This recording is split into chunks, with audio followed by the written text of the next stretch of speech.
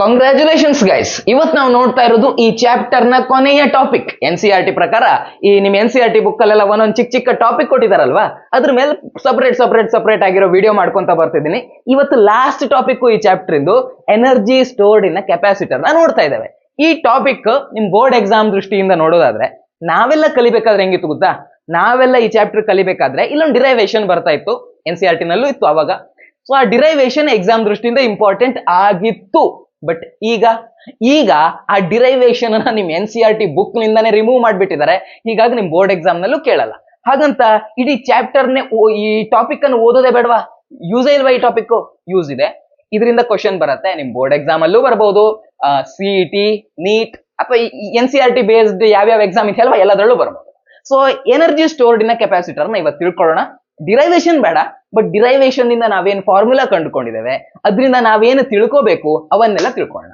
So ಎಲ್ಲ ವಿಡಿಯೋದಲ್ಲಿ ಮಾಡ್ದಂಗೆ ಫಸ್ಟ್ ಕಾನ್ಸೆಪ್ಟ್ ಅನ್ನ ಕರೆಕ್ಟ್ ಆಗಿ ಅರ್ಥ ಮಾಡ್ಕೋತೀವಿ. ಅದಾದ್ಮೇಲೆ ಅರ್ಥ ಮಾಡ್ಕೊಂಡಿರೋ ಕಾನ್ಸೆಪ್ಟ್ ಅನ್ನ ಗಟ್ಟಿ ಮಾಡ್ಕೊಳ್ಳೋದಕ್ಕೆ ಅದಕ್ಕೆ ಸಂಬಂಧಪಟ್ಟಿರುವಂತ ಕ್ವಶನ್ಸ್ ನ ಸಾಲ್ವ್ ಮಾಡ್ಕೋತೀವಿ. ಸೊ ಶುರು ಮಾಡೋಣ ವಿದೌಟ್ ವೇಸ್ಟಿಂಗ್ ಎನಿ ಟೈಮ್. ಇವತ್ತಿನ ಟಾಪಿಕ್ ಇರೋದು ಎನರ್ಜಿ ಸ್ಟೋರ್ಡ್ ಇನ್ ಕೆಪಾಸಿಟರ್. ನಿಮಗೆ ಗೊತ್ತಲ್ವಾ, ಇಲ್ಲಿ ಒಂದು ಕೆಪಾಸಿಟರ್ ಇದೆ ಅಂತಂದ್ರೆ ಈ ಕೆಪಾಸಿಟರ್ ಅಲ್ಲಿ ನಾನು ಎನರ್ಜಿ ಬರೋ ಹಂಗ್ ಮಾಡ್ಬೇಕು. ಅಂದ್ರೆ ನಾನು ಏನ್ ಮಾಡ್ತೀನಿ, ಈ ಕೆಪಾಸಿಟರ್ ನ ತಕೊಂಡೋಗಿ ಒಂದು ಬ್ಯಾಟ್ರಿಗೆ ಕನೆಕ್ಟ್ ಮಾಡಿಬಿಡ್ತೀನಿ. ಹೌದಾ? ಈ ಬ್ಯಾಟ್ರಿ ಕನೆಕ್ಟ್ ಮಾಡಿದ ತಕ್ಷಣ ಈ ಕೆಪಾಸಿಟರ್ ಏನಾಗುತ್ತೆ, ಈ ಕೆಪಾಸಿಟರ್ ಚಾರ್ಜ್ ಆಗುತ್ತೆ. ಹೌದಾ? ಸೊ ಬ್ಯಾಟ್ರಿ, ಈ ಪ್ಲೇಟ್ ಅನ್ನ ಬ್ಯಾಟ್ರಿ ನೆಗೆಟಿವ್ ಎಂಡ್ ಕನೆಕ್ಟ್ ಮಾಡಿದ್ದೇನೆ. ಸೊ ಈ ಪ್ಲೇಟ್ಗೆ ನೆಗೆಟಿವ್ ಚಾರ್ಜ್ ಬರುತ್ತೆ, ಈ ಪ್ಲೇಟ್ ಫುಲ್. ಈ ಪ್ಲೇಟ್ಗೆ ಯಾವ ಚಾರ್ಜ್ ಬರುತ್ತೆ? ನೆಗೆಟಿವ್ ಚಾರ್ಜ್ ಬರುತ್ತೆ. ಯಾಕಂದ್ರೆ ಇದನ್ನು ಬ್ಯಾಟ್ರಿ ನೆಗೆಟಿವ್ ಎಂಡ್ ಕನೆಕ್ಟ್ ಮಾಡಿದ್ದೇನೆ. ಈ ಪ್ಲೇಟ್ಗೆ ಯಾವ ಚಾರ್ಜ್ ಬರುತ್ತೆ? ಈ ಪ್ಲೇಟಿಗೆ ಪಾಸಿಟಿವ್ ಚಾರ್ಜ್ ಬರುತ್ತೆ. ಯಾಕಂದ್ರೆ ಈ ಪ್ಲೇಟ್ ಅನ್ನ ನಾನು ಪಾಸಿಟಿವ್ ಎಂಡ್ಗೆ ಕನೆಕ್ಟ್ ಮಾಡಿದ್ದೇನೆ. ಸೊ ಹೀಗೆ ಮಾಡಿದಾಗ ಏನಾಗುತ್ತೆ, ಆಕ್ಚುಲಿ ನಾನು ಇದನ್ನ ಕನೆಕ್ಟ್ ಮಾಡಿದ್ದೀನಿ.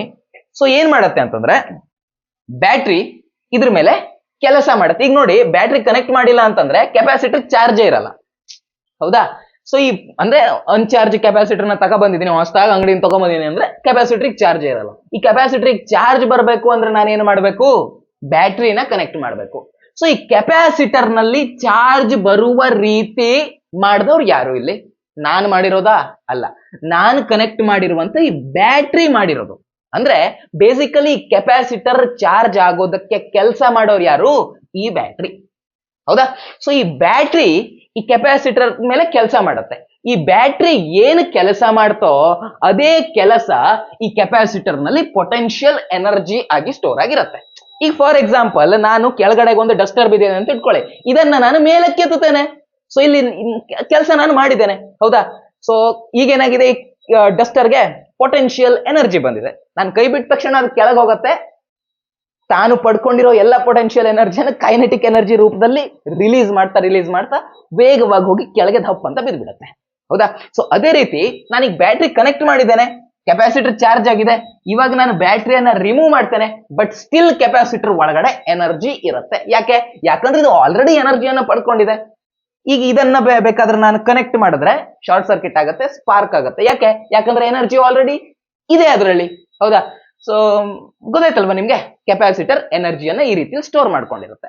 ಸೊ ಇದು ಈಗ ಕೆಪಾಸಿಟರ್ ನಲ್ಲಿ ಎನರ್ಜಿ ಯಾವ ರೂಪದಲ್ಲಿ ಸ್ಟೋರ್ ಆಗಿದೆ ಕೇಳಿದ್ರೆ, ಪೊಟೆನ್ಶಿಯಲ್ ಎನರ್ಜಿ ಸ್ಟೋರ್ ಆಗಿರುತ್ತಲ್ವಾ, ಹೆಂಗ್ ಸ್ಟೋರ್ ಆಗಿದೆ ಕೇಳಿದ್ರೆ, ಸೊ ಇದಕ್ಕೆ ಏನ್ ಹೇಳ್ಬೋದು ನಾವು? ಕೆಪಾಸಿಟರ್ ಎರಡು ಪ್ಲೇಟ್ಗಳು ಚಾರ್ಜ್ ಆಗಿರ್ತವೆ. ಒಂದು ಪ್ಲೇಟ್ ನೆಗೆಟಿವ್ ಚಾರ್ಜ್ ಅನ್ನ ಸ್ಟೋರ್ ಮಾಡ್ಕೊಂಡಿದೆ, ಇನ್ನೊಂದು ಪ್ಲೇಟ್ ಪಾಸಿಟಿವ್ ಚಾರ್ಜ್ ಅನ್ನ ಸ್ಟೋರ್ ಮಾಡ್ಕೊಂಡಿದೆ.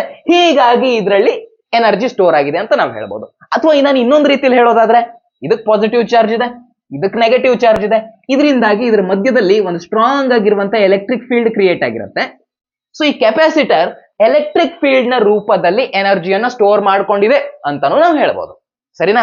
ಇವಾಗ ಕೆಪಾಸಿಟರ್ ಎನರ್ಜಿ ಸ್ಟೋರ್ ಮಾಡ್ಕೊಳ್ಳುತ್ತೆ ಅನ್ನೋದಂತೂ ನಮಗೆ ಗೊತ್ತಾಯ್ತು, ಕ್ಲಾರಿಟಿ ಇದೆ ಇದ್ರ ಬಗ್ಗೆ. ನಾವು ಸ್ಟಾರ್ಟಿಂಗ್ ಇಂದ ಕೆಪಾಸಿಟರ್ ಕಲಿತಾ ಇರ್ಬೇಕಾದ್ರೆ ಆ ಸಂಡಾಸ್ ರೂಮಿನ ಎಕ್ಸಾಂಪಲ್ ಕೊಟ್ಟು ಹೇಳಿದೆ, ತುಂಬಾ ಎಕ್ಸಾಂಪಲ್ ಕೊಟ್ಟು ಹೇಳಿದೆ. ಸೊ ಅವು ಎಲ್ಲವೂ ಏನ್ ಮಾಡುತ್ತೆ, ಎಲ್ಲ ಕೆಪಾಸಿಟರ್ ಬೇಸಿಕಲಿ ಎನರ್ಜಿಯನ್ನ ಸ್ಟೋರ್ ಮಾಡ್ಕೊಳ್ಳುತ್ತೆ. ನಮಗೆ ಗೊತ್ತು ಎನರ್ಜಿ ಸ್ಟೋರ್ ಮಾಡ್ಕೊಳ್ಳುತ್ತೆ ಅಂತ. ಎಷ್ಟು ಸ್ಟೋರ್ ಮಾಡ್ಕೊಳ್ಳುತ್ತೆ ಅನ್ನೋದು ಬೇಕಲ್ವಾ? ಆಕ್ಚುಲಿ ನಿಮ್ಮ NCERT, ಹಳೆ NCERT ನಾವು ಕಲಿಬೇಕಾದ್ರೆಲ್ಲ ಇದ್ದಾಗ ಒಂದು ಡಿರೈವೇಶನ್ ಇತ್ತು, ಅದು ಎಕ್ಸಾಮ್ ದೃಷ್ಟಿಯಿಂದ ಇಂಪಾರ್ಟೆಂಟ್ ಆಗಿತ್ತು. ಬಟ್ ಇವಾಗ ಅದನ್ನು ಎತ್ಬಿಟ್ಟಿದ್ದಾರೆ. ಸೊ ಏನಿತ್ತ ಡಿರೈವೇಶನ್ ಅಲ್ಲಿ ಅಂತಂದ್ರೆ, ಡಿರೈವೇಶನ್ ಮಾಡಲ್ಲ, ಯಾಕಂದ್ರೆ ಅದು ನಿಮಗೆ ಕೇಳೋದು ಇಲ್ಲ. ಮತ್ತೆ ಏನು ಹೇಳ್ತಾ ಇರೋದು, ನಿಮ್ಮ ಕಾಂಪಿಟೇಟಿವ್ ಎಕ್ಸಾಮ್ಸ್ ಅಲ್ಲೂ ಆ ಡಿರೈವೇಶನ್ ಬಗ್ಗೆ ಬರಲ್ಲ. ಸರಿನಾ? ಬಟ್ ಡಿರೈವೇಶನ್ ಇಂದ ಏನ್ ರಿಸಲ್ಟ್ ಬಂದಿದೆಯೋ ಅದು ಇಂಪಾರ್ಟೆಂಟ್. ಸರಿ, ಈಗ ಹೆಂಗ ಡಿರೈವ್ ಮಾಡಿದ್ರು ಅಂತ ಒಂದು ಹೇಳ್ತೇನೆ, ಯಾಕಂದ್ರೆ ನಿಮಗೆ ಬೇಸಿಕ್ ಐಡಿಯಾ ಇರ್ಬೇಕಲ್ವಾ. ಈಗ ಸ್ಟಾರ್ಟಿಂಗ್ ನಲ್ಲಿ, ಇದೇ ಚಾಪ್ಟರ್ ನ ಸ್ಟಾರ್ಟಿಂಗ್ ನಲ್ಲಿ ನೀವು ಒಂದು ಚಾರ್ಜ್ ಅನ್ನ, ಒಂದು ಯೂನಿಟ್ ಪಾಸಿಟಿವ್ ಚಾರ್ಜ್ ಅನ್ನ ಇನ್ಫಿನಿಟಿಯಿಂದ ಇನ್ನೊಂದು ಚಾರ್ಜ್ ನ ಹತ್ರ ತಗೊಂಡ್ಬಂದ್ರಿ, ಹೌದಾ. ಸೊ ಆವಾಗ ಈ ಚಾರ್ಜ್ ಅನ್ನ ನೀವು ಇನ್ಫಿನಿಟಿಯಿಂದ ತಗೊಂಬಂದ್ ಇದ್ರ ಹತ್ರದಲ್ಲೆಲ್ಲೋ ಇಟ್ಟಿದ್ದೀರಾ ಅಂತ ಇಟ್ಕೊಳ್ಳಿ. ಆವಾಗ ಈ ಚಾರ್ಜ್ ಪಡ್ಕೊಂಡಿರುವಂತಹ ಪೊಟೆನ್ಶಿಯಲ್ ಎನರ್ಜಿ ಹೇಗೆ ಕ್ಯಾಲ್ಕುಲೇಟ್ ಮಾಡ್ತಿದ್ರಿ? ಇನ್ಫಿನಿಟಿಯಿಂದ ತಗೊಂಬಂದ್ ಇಲ್ಲಿ ಇಡ್ಬೇಕಾದ್ರೆ ನಾವ್ ಏನು ವರ್ಕ್ ಡನ್ ಮಾಡಿದೇವೋ ಅದೇ ಪೊಟೆನ್ಶಿಯಲ್ ಎನರ್ಜಿ ಆಗತ್ತೆ ಅನ್ನೋ ಐಡಿಯಾ ಆದ್ಮೇಲೆ ಈ ಡಿರೈವೇಶನ್ ಮಾಡಿದ್ರಿ, ಕರೆಕ್ಟಾ? ಇಲ್ಲೂ ಅದೇ ಐಡಿಯಾ ಆದ್ಮೇಲೆ ಡಿರೈವೇಶನ್ ಮಾಡಿರೋದು. ಇಲ್ಲಿ ಪಾಸಿಟಿವ್ ಚಾರ್ಜ್ ಬರಬೇಕು, ಇಲ್ಲಿ ನೆಗೆಟಿವ್ ಚಾರ್ಜ್ ಬರಬೇಕು ಅಂತಂದ್ರೆ ನಾವು ಕನೆಕ್ಟ್ ಮಾಡಿರುವಂತ ಬ್ಯಾಟ್ರಿ ಅಲ್ಲಿ ಕೆಲಸ ಮಾಡಿರುತ್ತೆ. ಆ ಬ್ಯಾಟ್ರಿ ಏನೇನ್ ಕೆಲಸ ಮಾಡಿದೆ ಅನ್ನೋದನ್ನ ಕ್ಯಾಲ್ಕುಲೇಟ್ ಮಾಡಿದ್ದಾರೆ ಅಲ್ಲಿ ಡಿರೈವೇಶನ್ ಅಲ್ಲಿ, ಸರಿನಾ?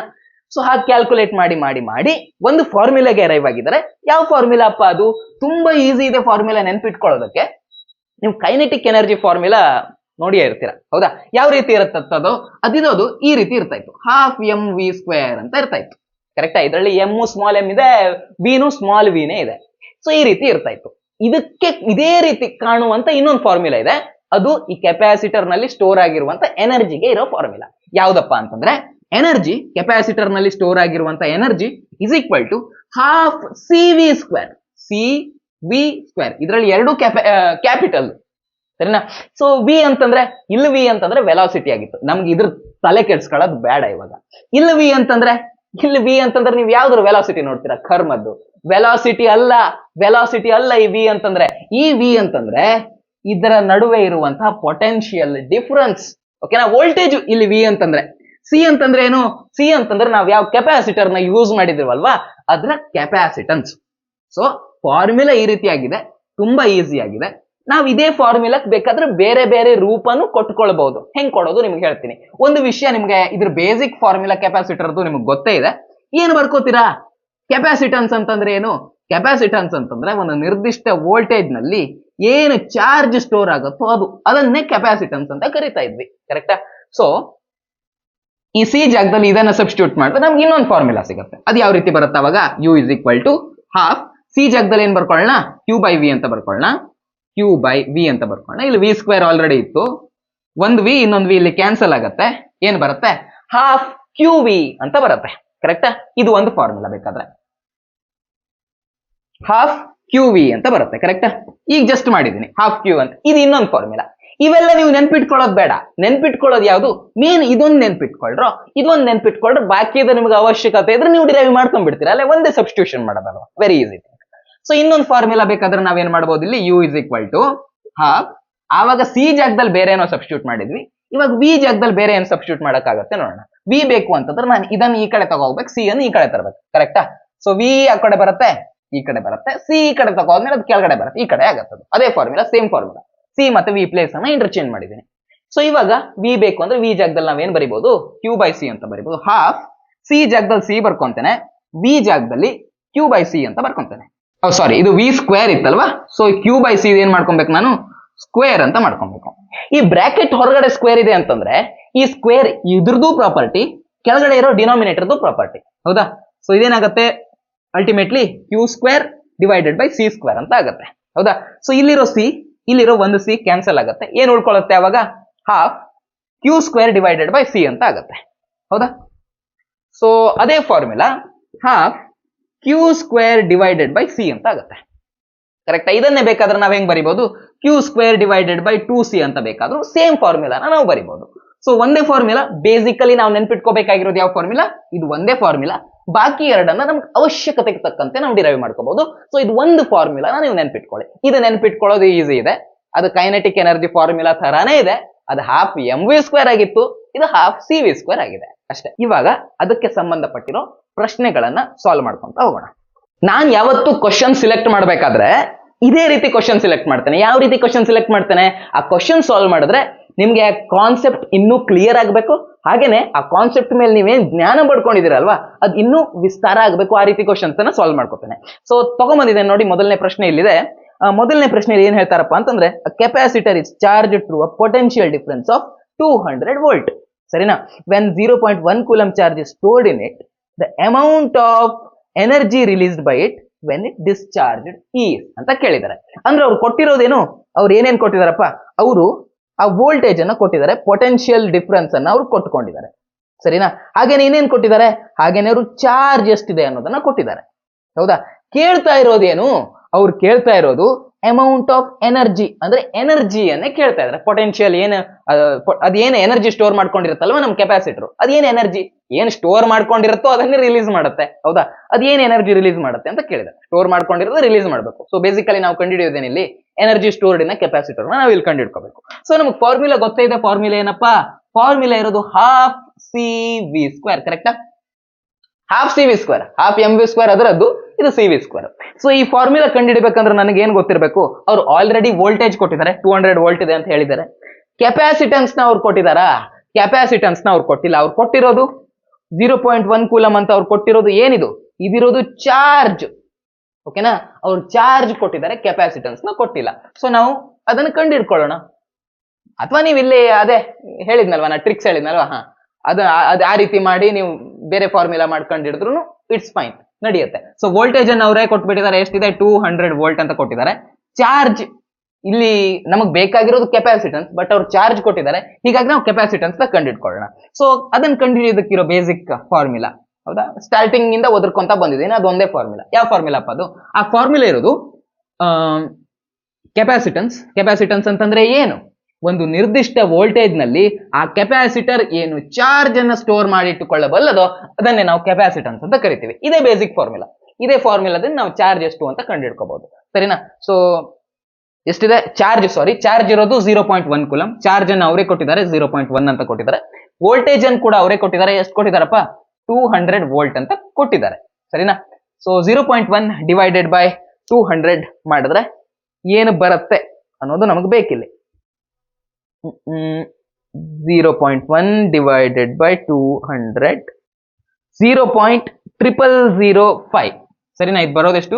0.0005 ಅಂತ ಬರುತ್ತೆ. ಕೆಪಾಸಿಟನ್ಸ್ ಬಗ್ಗೆ ಮಾತಾಡ್ತಾ ಇದೀವಿ. ಸೊ ಕೆಪಾಸಿಟನ್ಸ್ ಅನ್ನ ಯಾವ್ದ್ರಿಂದ ಹೇಳ್ತಾರೆ? ಫ್ಯಾರಡ್ ನಿಂದ ಹೇಳ್ತಾರೆ. ಸೊ ಫ್ಯಾರಡ್ ಅಂತ ಬರ್ತಿದ್ದಾರೆ. ಸರಿನಾ? ನೆಕ್ಸ್ಟ್ ಇರೋದೇನು? ಕೆಪಾಸಿಟನ್ಸ್ ನಮಗೆ ಗೊತ್ತು. ಇವಾಗ ಕೆಪಾಸಿಟನ್ಸ್ ಎಷ್ಟು ಅಂತ ಗೊತ್ತು, ವೋಲ್ಟೇಜ್ ಎಷ್ಟು ಅಂತ ಗೊತ್ತು.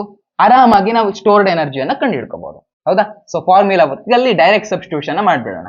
ಹಾಫ್ ಸಿ ಜಾಗದಲ್ಲಿ ಎಷ್ಟು ಬರೆಯೋಣ? ಇಷ್ಟನ್ನು ಬರೆಯೋಣ. 0.1230005 ಸಿ ಜಾಗದಲ್ಲಿ ಬರ್ಕೊಂಡೆ. ನೆಕ್ಸ್ಟ್ ಇರೋದು ವಿ ಸ್ಕ್ವೇರ್. ವಿ ಎಷ್ಟಿರೋದು 200, ಅದರ ಸ್ಕ್ವೇರ್ ಬರ್ಕೊಬೇಕು. ಹೌದಾ? ಸೊ 200 ನ ಸ್ಕ್ವೇರ್, ಅಥವಾ ಇದನ್ನ ನಾವು ಹೇಗೆ ಬರ್ಕೋಬಹುದು, 200 × 200 ಅಂತಾನು ಬರ್ಕೊಬಹುದು. ನಿಮ್ ಸಿಂಪಲ್ ಕ್ಯಾಲ್ಕುಲೇಟರ್ ಅಲ್ಲಿ ಹಾಕಿ ಮಾಡಕ್ ಈಸಿ ಆಗುತ್ತೆ. ಹೌದಾ? ಸೊ ಇದನ್ನ ಮಾಡ್ಬಿಡೋಣ. ಕ್ಯಾಲ್ಕುಲೇಟರ್ ನಲ್ಲಿ ಆಲ್ರೆಡಿ ಇದಿದೆ. ಸೊ 0.0005 ಬರ್ಕೊಂಡಿದ್ದೇನೆ ಆಲ್ರೆಡಿ. ಹಾಫ್ ಇತ್ತು, ಹಾಫ್ ಬರ್ಕೋತೇನೆ. ಹಾಫ್ ಅಂದ್ರೆ 0.5. ಕರೆಕ್ಟಾ? ಇಂಟು ಹಾಫ್ ಬರೆಯೋದು ಒಂದೇ, 0.5 ಬರೆಯೋದು ಒಂದೇ. ಹೌದಾ? ಸೊ ಹಾಫ್ ಬರ್ಕೊಂಡೆ. ಇದು ಆಲ್ರೆಡಿ ಬರ್ಕೊಂಡದಿತ್ತು. 200 × 200 ಮಾಡಿದ್ರೆ ನಮ್ಮ ಆನ್ಸರ್ ಸಿಗುತ್ತೆ. 200 × 200. ಸೊ 10 ಅಂತ ಬಂದಿದೆ. ನಮ್ ಕ್ವಶನ್ ಯಾವ ರೀತಿ ಇತ್ತಪ್ಪ? ಬಂದಿರೋ ಆನ್ಸರ್ ಎಷ್ಟು? ಬಂದಿರೋ ಆನ್ಸರ್ 10 ಬಂದಿದೆ. ಸೊ ಏನನ್ನ ಕಂಡುಹಿಡಿತಾ ಇದೀವಿ ನಾವು ಕಂಡುಹಿಡಿತಾ ಇರೋದು ಯು ಅಂತಂದ್ರೆ ಎನರ್ಜಿ ಸ್ಟೋರ್ಡ್ ಇನ್ ಕೆಪಾಸಿಟರ್ ಕಂಡುಹಿಡಿತಾ ಇದೀವಿ. ಸೊ ಎನರ್ಜಿಯ SI ಯೂನಿಟ್ ಏನಪ್ಪ? ಎನರ್ಜಿ SI ಯೂನಿಟ್ ಇರೋದು ಜೂಲ್. ಸೊ 10 ಜೂಲ್ ಅಂತ ಬರ್ಕೊಂಡಿದ್ದೇನೆ. ಸರಿನಾ? ನಮ್ ಕ್ವಶನ್ ಯಾವ ರೀತಿ ಇತ್ತು?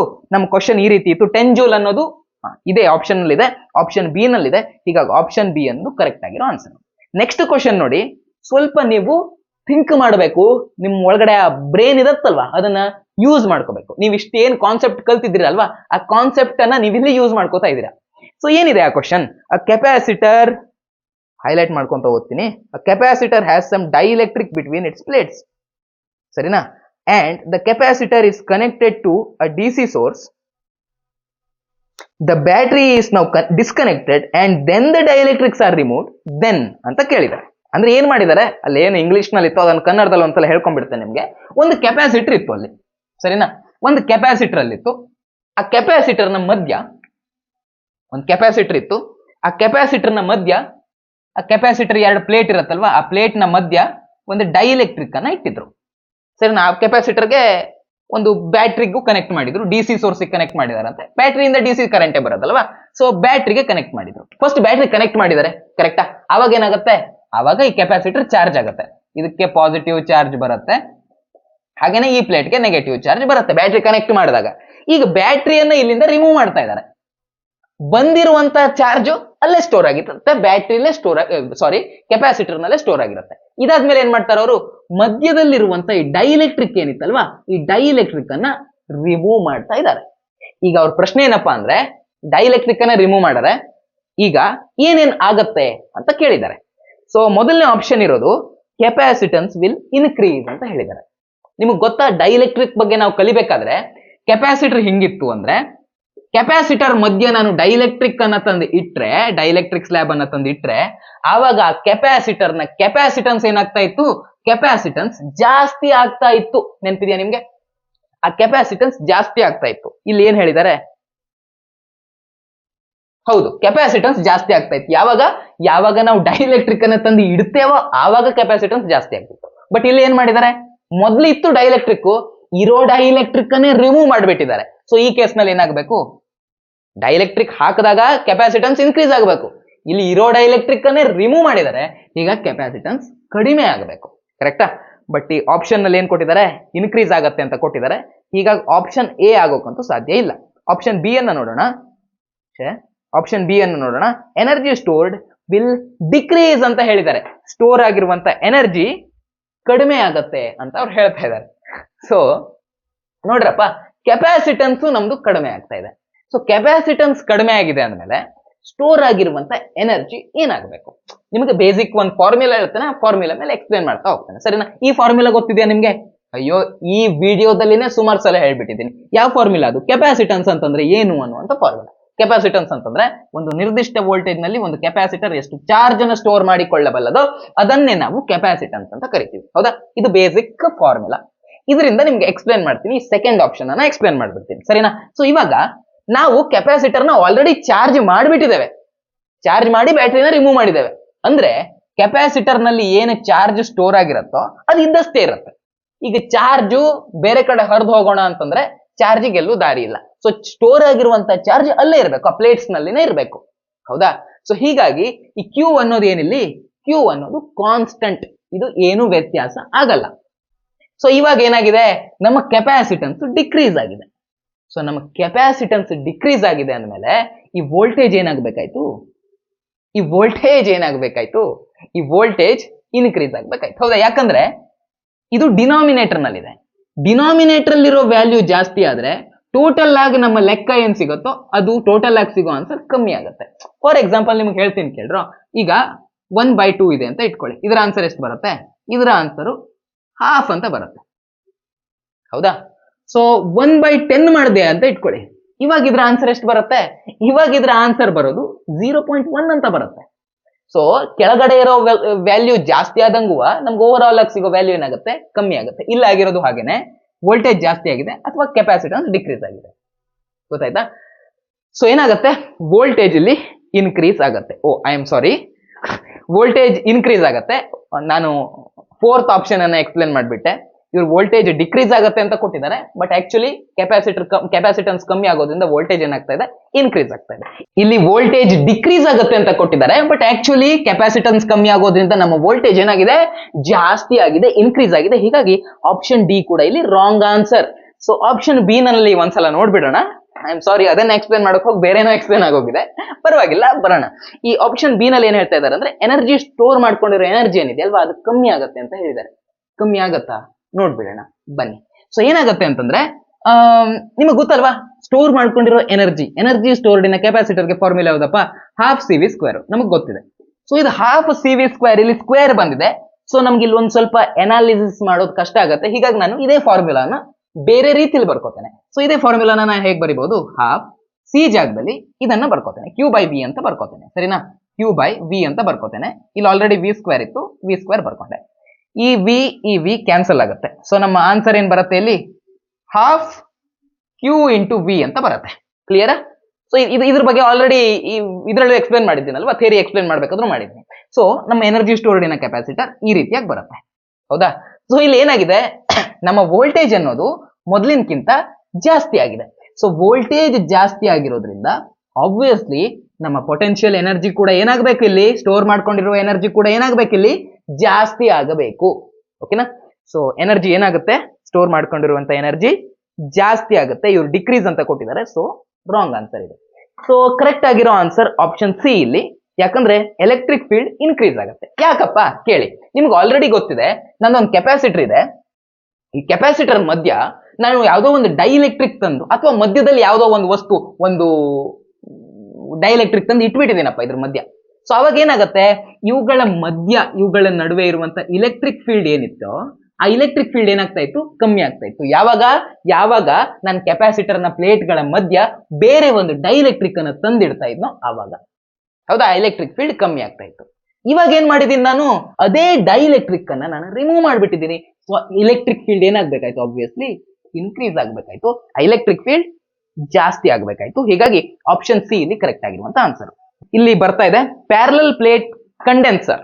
ಸೊ ಕಂಡೆನ್ಸರ್ ಅಂತ ಅವ್ರು ಏನ್ ಕರೆದಿದಾರಲ್ವಾ, ಈ ಕಂಡೆನ್ಸರ್ ಅಂತಂದ್ರೆ ಏನು, ಕಂಡೆನ್ಸರ್ ಅಂದ್ರೆ ಬೇರೇನು ಅಲ್ಲ, ಕಂಡೆನ್ಸರ್ ಅಂತಂದ್ರೆ ಕೆಪಾಸಿಟರ್, ಸರಿನಾ. Which with a dielectric constant K between the plates has a capacity C and is charge to potential volt. ಅದೆಲ್ಲ ಕೊಟ್ಟಿದ್ದಾರೆ.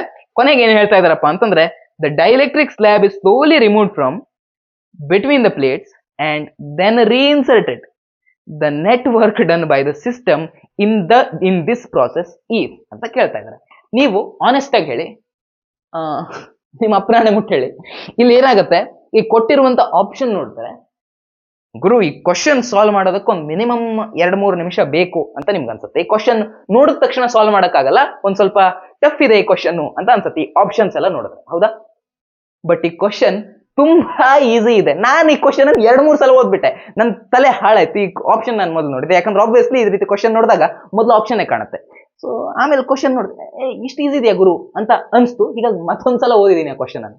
ಏನ್ ಹೇಳ್ತಾ ಇದಾರಪ್ಪ ಅಂತಂದ್ರೆ, ವೆರಿ ಸಿಂಪಲ್ ಥಿಂಗ್. ಒಂದು ಇದಿತ್ತು, ನಮ್ಮ ಹತ್ರ ಒಂದು ಕೆಪಾಸಿಟರ್ ಇತ್ತು, ಸರಿನಾ. ಆ ಕೆಪಾಸಿಟರ್ ಮಧ್ಯ ಒಂದು ಡೈಎಲೆಕ್ಟ್ರಿಕ್ ಇಟ್ಟಿದ್ರು, ಸರಿನಾ. ಈಗ ಏನ್ ಮಾಡಿದ್ದಾರೆ, ಆ ಡೈಎಲೆಕ್ಟ್ರಿಕ್ ಅನ್ನ ತೆಗೆಕೊಂಡು ವಾಪಸ್ ಆ ಡೈಎಲೆಕ್ಟ್ರಿಕ್ ಅನ್ನ ಇಟ್ಟಿದ್ದಾರೆ. ನೀವು ಹೇಳಿ, ಮೊದಲಿರೋ ಪೊಸಿಷನ್ಗೂ ಆಮೇಲೆ ಫೈನಲ್ ಇರೋ ಪೊಸಿಷನ್ಗೂ ಏನಾದ್ರೂ ಚೇಂಜಸ್ ಇದೆಯಾ? ಇಲ್ಲ, ಮೊದಲಿದ್ದಂಗೆ ಆಮೇಲೆನೂ ಇದೆ, ಹೌದಾ. ಸೊ ಅವ್ರು ಕೇಳ್ತಾ ಇರೋದೇನಪ್ಪಾ ಅಂತಂದ್ರೆ, ಅಲ್ಲಿ ಆಗಿರುವಂತ ವರ್ಕ್ ಡನ್ ಏನು ಅಂತ. ನೀವು ಹೇಳಿ, ಮೊದಲು ಡೈಎಲೆಕ್ಟ್ರಿಕ್ ಇತ್ತು, ಆಮೇಲೆ ತೆಗ್ದೆ ವಾಪಸ್ ಇಟ್ಟೆ, ಹೀಗಾಗಿ ಆಮೇಲೂ ಡೈಎಲೆಕ್ಟ್ರಿಕ್ ಬಂದಿದೆ, ಏನಾದ್ರೂ ಕೆಲಸ ಆದಂಗ್ ಇದೆಯಾ? ಇಲ್ಲಿ ಬೇರೆ ಏನಾದ್ರೂ ಚೇಂಜಸ್ ಆದ್ರೆ ಕೆಲಸ ಆಗಿರ್ತಾ ಇತ್ತು. ಬಟ್ ಇಲ್ಲಿ ಏನು ಚೇಂಜಸ್ ಮಾಡಿಲ್ಲ, ಡೈಎಲೆಕ್ಟ್ರಿಕ್ ಅನ್ನ ತೆಗೆದ್ರು ವಾಪಸ್ ಇಟ್ರು. ಏನಾದ್ರೂ ಕೆಲಸ ಆಗಿದ್ಯಾ? ಇಲ್ಲ. ಆಬ್ವಿಯಸ್ಲಿ ಇಲ್ಲಿ ಆನ್ಸರ್ ಏನಾಗಬೇಕಾಯ್ತು? 0. ಅವ್ರು ಕೇಳ್ತಾ ಇರೋದು ವರ್ಕ್ ಡನ್ ಎಷ್ಟು ಅಂತ, ಹೌದಾ. ವರ್ಕ್ ಡನ್ ಎಷ್ಟು ಅಂತ ತೆಕ್ಕೊಂಡು ವಾಪಸ್ ಇಟ್ಟಿದ್ದೀನಿ, ಯಾವ ಬೊಜ್ಜದ ಕೆಲಸನೂ ಆಗ್ಲಿಲ್ಲ. ಸೊ ವರ್ಕ್ ಡನ್ ಏನೂ ಆಗ್ಲೇ ಇಲ್ಲ, ಹೀಗಾಗಿ ವರ್ಕ್ ಡನ್ 0. ನೆಕ್ಸ್ಟ್ ಹೋಗೋಣ. ನೆಕ್ಸ್ಟ್ ಇರೋದು ಟು ಕಂಡೆನ್ಸರ್. ಅಗೇನ್ ಇಲ್ಲಿ ಕಂಡೆನ್ಸರ್ ಅಂತಂದ್ರೆ ಕೆಪಾಸಿಟರ್, ಸರಿನಾ. ಸೊ ಒನ್ ಆಫ್ ಕೆಪಾಸಿಟಿ ಅಂತಂದ್ರೆ ಕೆಪಾಸಿಟನ್ಸ್ ಅಂತ ನಾವ್ ಯಾವ್ದಕ್ಕೆ ಕರಿತೀವೋ ಅದಕ್ಕೆ ಕೆಪಾಸಿಟಿ ಅಂತಾನು ಕರೀತಾರೆ, ಸರಿನಾ. ಕೆಪಾಸಿಟಿ ಸಿ ಇದೆ ಅದರದ್ದು. ಅಂಡ್ ಅದರ್ ಆಫ್ ಕೆಪಾಸಿಟನ್ಸ್ ಅಂದ್ರೆ ಒಂದ್ರದ್ದು ಕೆಪಾಸಿಟನ್ಸ್ ಸಿ ಇದೆ, ಇನ್ನೊಂದ್ರ ಕೆಪಾಸಿಟನ್ಸ್ ಅದರ ಅರ್ಧ ಇದೆ, ಹಾಫ್ ಇದೆ, C/2 ಇದೆ, ಸರಿನಾ. Are connected to a V volt battery. ಇಲ್ಲೇನ್ ಬ್ಯಾಟ್ರಿ ಕನೆಕ್ಟ್ ಮಾಡಿದಾರಲ್ವಾ, ಈ ಬ್ಯಾಟ್ರಿಯ ವೋಲ್ಟೇಜ್ V ಇದೆ. ಕೆಪಾಸಿಟರ್ 2 ಕನೆಕ್ಟ್ ಮಾಡಿದ್ದಾರೆ. ಹೆಂಗ್ ಕನೆಕ್ಟ್ ಮಾಡಿದ್ದಾರೆ? ಪ್ಯಾರಲಲ್ ಆಗಿ ಕನೆಕ್ಟ್ ಮಾಡಿದ್ದಾರೆ. ಕನೆಕ್ಷನ್ ನೋಡ್ರೋ ಪ್ಯಾರಲಲ್ ಆಗಿ ಕನೆಕ್ಟ್ ಮಾಡಿದರೆ, ಒಂದ್ರದ್ದು ಸಿ ಇದೆ, ಇನ್ನೊಂದ್ರದ್ದು C/2 ಇದೆ. ಅವ್ರು ಕೇಳ್ತಾ ಇರೋದು ಏನಪ್ಪಾ ಅಂತಂದ್ರೆ, as shown in the figure, ಚಿತ್ರ ಕೊಟ್ಟಿದ್ದಾರೆ, the work done in fully charging both the condenser is ಅಂತ ಕೇಳಿದ್ದಾರೆ. ಅಂದ್ರೆ ಈ 2 ಕೆಪಾಸಿಟರ್ ನ ಅವ್ರು ಏನ್ ಕನೆಕ್ಟ್ ಮಾಡಿದಾರಲ್ವಾ, ಬ್ಯಾಟ್ರಿ ಕನೆಕ್ಟ್ ಮಾಡಿದ್ದಾರೆ ಅಂದ್ಮೇಲೆ ಕೆಪಾಸಿಟರ್ಸ್ ಏನಾಗಬೇಕು? ಚಾರ್ಜ್ ಆಗಬೇಕು. ಆ ಚಾರ್ಜ್ ಮಾಡೋದಕ್ಕೆ ಏನು ವರ್ಕ್ ಡನ್ ಆಗುತ್ತೆ ಅಂತ ಕೇಳ್ತಾ ಇದ್ದಾರೆ. ಏನು ವರ್ಕ್ ಡನ್ ಆಗುತ್ತೆ? ವರ್ಕ್ ಡನ್ ಮಾಡ್ತಿರೋರು ಯಾರು? First of all work done ಮಾಡ್ತಾ ಇರೋರು ಇದೇ ಬ್ಯಾಟ್ರಿನೇ ಮಾಡ್ತಾ ಇರೋದು ವರ್ಕ್ ಡನ್.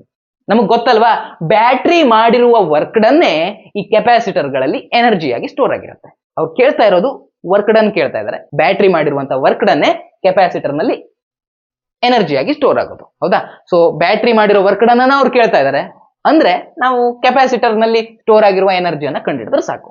ಸೊ ಅದನ್ನು ಮಾಡ್ತಾ ಹೋಗೋಣ, ಸರಿನಾ. ಸೊ ಕೆಪಾಸಿಟರ್ ನಲ್ಲಿ ಸ್ಟೋರ್ ಆಗಿರುವಂತ ಎನರ್ಜಿಯನ್ನ ಕಂಡುಹಿಡಿಯೋದಕ್ಕೆ ಯಾವ ಫಾರ್ಮುಲಾ ಇರೋದು? ಸಿಂಪಲ್ ಫಾರ್ಮುಲಾ, U = ½ CV², ಕರೆಕ್ಟಾ. ಸೊ ಇದರಲ್ಲಿ ನಮಗೆ ಏನೇನು ಬೇಕು? ನಮಗೆ V ಬೇಕು, ಪೊಟೆನ್ಶಿಯಲ್ ಬೇಕು, ಅದನ್ನ ಅವರೇ ಕೊಟ್ಟಿದ್ದಾರೆ. V ಅನ್ನ V ಅಂತಾನೆ ಕನ್ಸಿಡರ್ ಮಾಡಿ ಅಂತ ಅವ್ರು ಹೇಳಿದ್ದಾರೆ. ಇನ್ನೊಂದೇನ್ ಬೇಕಪ್ಪ? ಇನ್ನೊಂದು ಬೇಕಾಗಿರೋದು ಕೆಪಾಸಿಟನ್ಸ್. ಸೊ ಆ ಬ್ಯಾಟ್ರಿನ ಯಾವ ರೀತಿಯಾಗಿ ಕನೆಕ್ಟ್ ಮಾಡಿದ್ದಾರೆ? ಆ ಬ್ಯಾಟ್ರಿನ ಅವರು ಪ್ಯಾರಲಲ್ ಆಗಿ ಕನೆಕ್ಟ್ ಬ್ಯಾಟ್ರಿ ಅಲ್ಲ, ಸಾರಿ, ಆ ಕೆಪಾಸಿಟರ್ ಗಳನ್ನ ನಾವು ಯಾವ ರೀತಿಯಾಗಿ ಕನೆಕ್ಟ್ ಮಾಡಿದ್ದಾರೆ, ಪ್ಯಾರಲಲ್ ಆಗಿ ಕನೆಕ್ಟ್ ಮಾಡಿದ್ದಾರೆ. ಹೌದಾ? ಸೊ ಕೆಪಾಸಿಟರ್ ನ ಪ್ಯಾರಲಲ್ ಆಗಿ ಕನೆಕ್ಟ್ ಮಾಡಿರೋದ್ರಿಂದ ಈ ಕೆಪಾಸಿಟನ್ಸ್ ಜಾಗದಲ್ಲಿ ನಾವೇನ್ ಬರ್ಕೋಬೇಕು, 2 ಕೆಪಾಸಿಟರ್ ಇದೆ. ಸೊ ಯಾವ್ದ್ರದ್ದು ಬರಿಬೇಕಾಯ್ತು, ಟೋಟಲ್ ಕೆಪಾಸಿಟನ್ಸ್ ಅನ್ನ ಬರಿಬೇಕಾಯ್ತು. ಹೌದಾ? ಸೊ ಟೋಟಲ್ ಕೆಪಾಸಿಟನ್ಸ್ ಎಷ್ಟಾಗುತ್ತೆ ಅಂತ ಮೊದಲು ನೋಡ್ಬಿಡೋಣ. ಓಕೆನಾ?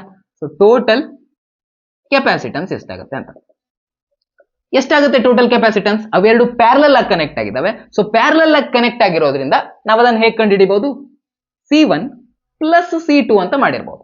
ಮೊದಲನೇ ಇದ್ರದ್ದು ಕೆಪಾಸಿಟನ್ಸ್, ಎರಡನೇ ಇದರದ್ದು ಕೆಪಾಸಿಟನ್ಸ್. ಮೊದಲನೇ ಇದರ ಕೆಪಾಸಿಟನ್ಸ್ ಎಷ್ಟಿದೆ ಇರೋದು C, ಆಮೇಲೆ ಇದರದ್ದು C/2 ಅಂತ ಇದೆ. C ಪ್ಲಸ್ C/2, ಸರಿನಾ? ಸೊ C ಪ್ಲಸ್ C/2 ಅಂತ ಇದೆ. ಸೊ ಇವೆರಡನ್ನ ಆಡ್ ಮಾಡ್ಕೊಬೇಕಂದ್ರೆ ಏನ್ ಮಾಡ್ಕೋಬೇಕಾಯ್ತು ನಾವು, ಇವನ್ನ ಆಡ್ ಮಾಡ್ಕೊಬೇಕಂದ್ರೆ ವೆರಿ ಸಿಂಪಲ್, ಇಲ್ಲಿ C/1 ಅಂತ ನಾವು ಅನ್ಕೋಬಹುದು. ಕೆಳಗಡೆ ಇರೋದನ್ನ ಮಲ್ಟಿಪ್ಲೈ ಮಾಡ್ಕೊಂಡು ಕೆಳಗಡೆ ಬರ್ಕೋತೀವಿ. 2 1 2. ಇಲ್ಲಿ ಬರಿಬೇಕಾದ್ರೆ 2 ಇಂಟು C 2C ಆಗುತ್ತೆ, 1 ಇಂಟು C 1C ಅಥವಾ C ಆಗುತ್ತೆ. ಸೊ 2C ಪ್ಲಸ್ C ಅಂತಂದ್ರೆ ಏನಾಯ್ತಪ್ಪ, 3C ಆಯ್ತು, ಡಿವೈಡೆಡ್ ಬೈ 2. ಸೊ ನಮ್ಮ ಕೆಪಾಸಿಟನ್ಸ್ ಎಷ್ಟು ಬರಿಬಹುದು ನಾವು, ಕೆಪಾಸಿಟನ್ಸ್ ಜಾಗದಲ್ಲಿ ಏನು ಬರಿಬೇಕು, ಇದನ್ನ ಬರಿಬೇಕು, ಸರಿನಾ? 3C ಡಿವೈಡೆಡ್ ಬೈ 2 ಅಂತ ಬರಿಬೇಕು. ಸೊ ಟೋಟಲ್ ಕೆಪಾಸಿಟನ್ಸ್ ಇಷ್ಟಿದೆ. ಸೊ ಎನರ್ಜಿ ಏನಾಗಬೇಕಾಯ್ತು, energy is equal to half capacitance ಅಂದ್ರೆ ಟೋಟಲ್ ಕೆಪಾಸಿಟನ್ಸ್, 2 ಕೆಪಾಸಿಟರ್ ಇತ್ತಲ್ವಾ, ಟೋಟಲ್ ಕೆಪಾಸಿಟನ್ಸ್ 3C/2, ಆಮೇಲೆ ಇರೋದು V². ಸೊ ಇದನ್ನ ಸಿಂಪ್ಲಿಫೈ ಮಾಡಿದ್ರೆ ಏನ್ ಬರುತ್ತೆ, ಹಾಫ್ ಅಲ್ಲ, ಸಾರಿ, ಇಲ್ಲಿ ನೋಡ್ರು ಕರೆಕ್ಟ್ ಆಗಿ ನೋಡ್ರು, 1 ಇಂಟು 3C ಇಂಟು V² ಮಾಡಿದ್ರೆ ಏನ್ ಬರ್ಬೇಕಾಯ್ತು, ಸಿಂಪ್ಲಿ 3C ಇಂಟು V² ಬರ್ಬೇಕಾಯ್ತು. ಕರೆಕ್ಟ್ ಮೇಲ್ಗಡೆ ಮಾಡಿದ್ರೆ ಮೇಲ್ಗಡೆ ಬರ್ಕೊಂಡೆ, ಕೆಳಗಡೆ 2 ಇಂಟು 2 ಮಾಡಿದ್ರೆ 4 ಬರುತ್ತೆ. ಅಂದ್ರೆ 3/4 ಇಂಟು CV² ಇದೆ ಇಲ್ಲಿ. ಹೌದಾ? ಆಪ್ಷನ್ ಇದೆ ಎಲ್ಲಾದ್ರೂ, ಆಪ್ಷನ್ ಬಿ ನಲ್ಲಿದೆ. ಸೊ ಆಪ್ಷನ್ ಬಿ ಇಲ್ಲಿ ಸರಿಯಾಗಿರುವಂತ ಆನ್ಸರ್. ಇದಾಗಿತ್ತು ಇವತ್ತಿನ ಕ್ಲಾಸ್. ಮುಂದಿನ ವಿಡಿಯೋದಲ್ಲಿ ಮತ್ತೆ ಭೇಟಿ ಆಗೋಣ. ಚಾಪ್ಟರ್ ಮುಗೀತು, ಸ್ವಲ್ಪ ಚಿಲ್ ಮಾಡಿ ನಾಳೆಗಿನ್ನ ಇನ್ನೊಂದು ಚಾಪ್ಟರ್ ಶುರು ಮಾಡೋಣ. ಅಲ್ಲಿವರೆಗೂ ಬಾಯ್ ಬಾಯ್, ನಮಸ್ಕಾರ.